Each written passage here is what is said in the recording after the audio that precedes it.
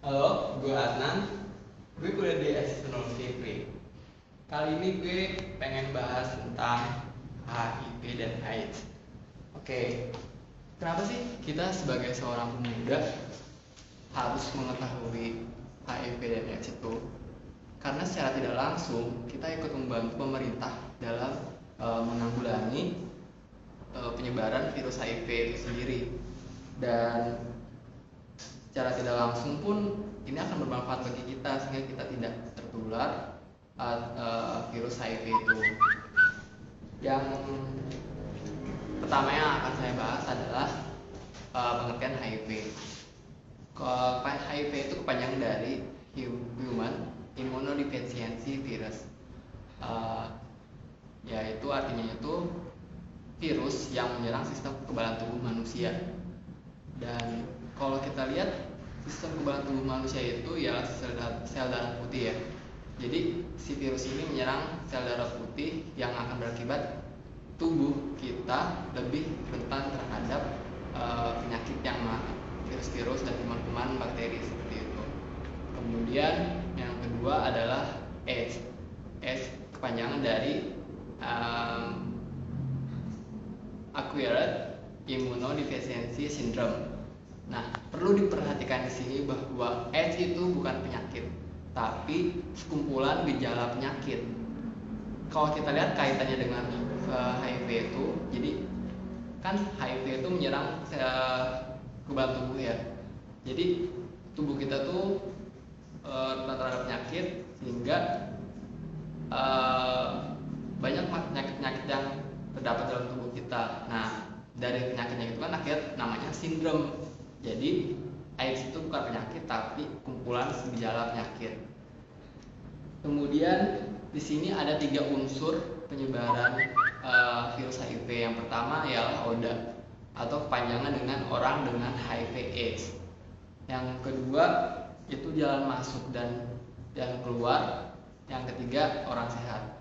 Jadi tanpa adanya ODA atau orang yang terkena HIV, maka virus itu tidak akan tertular. Dan tentunya jalan masuk virus itu perlu ada, karena tanpa ada jalan virus masuk itu virus tidak akan masuk dalam tubuh kita. Nah, di sini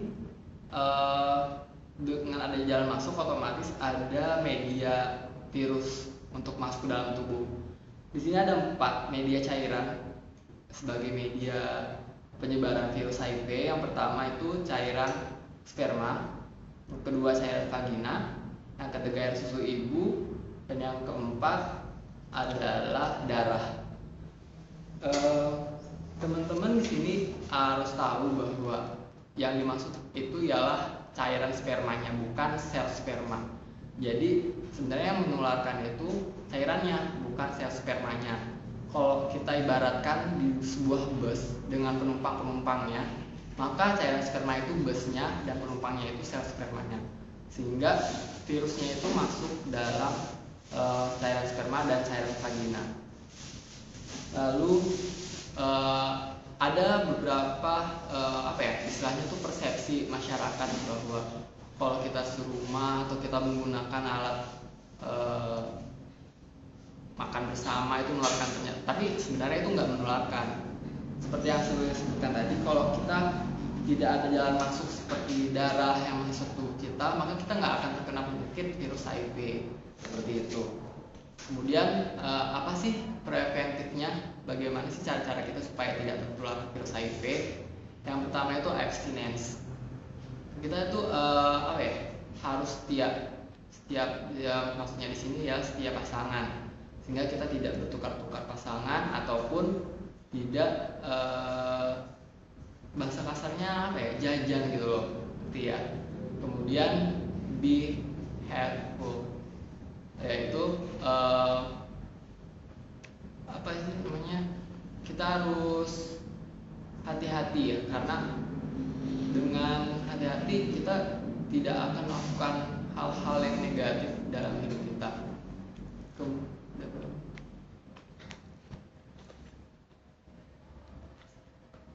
Gue kan jadi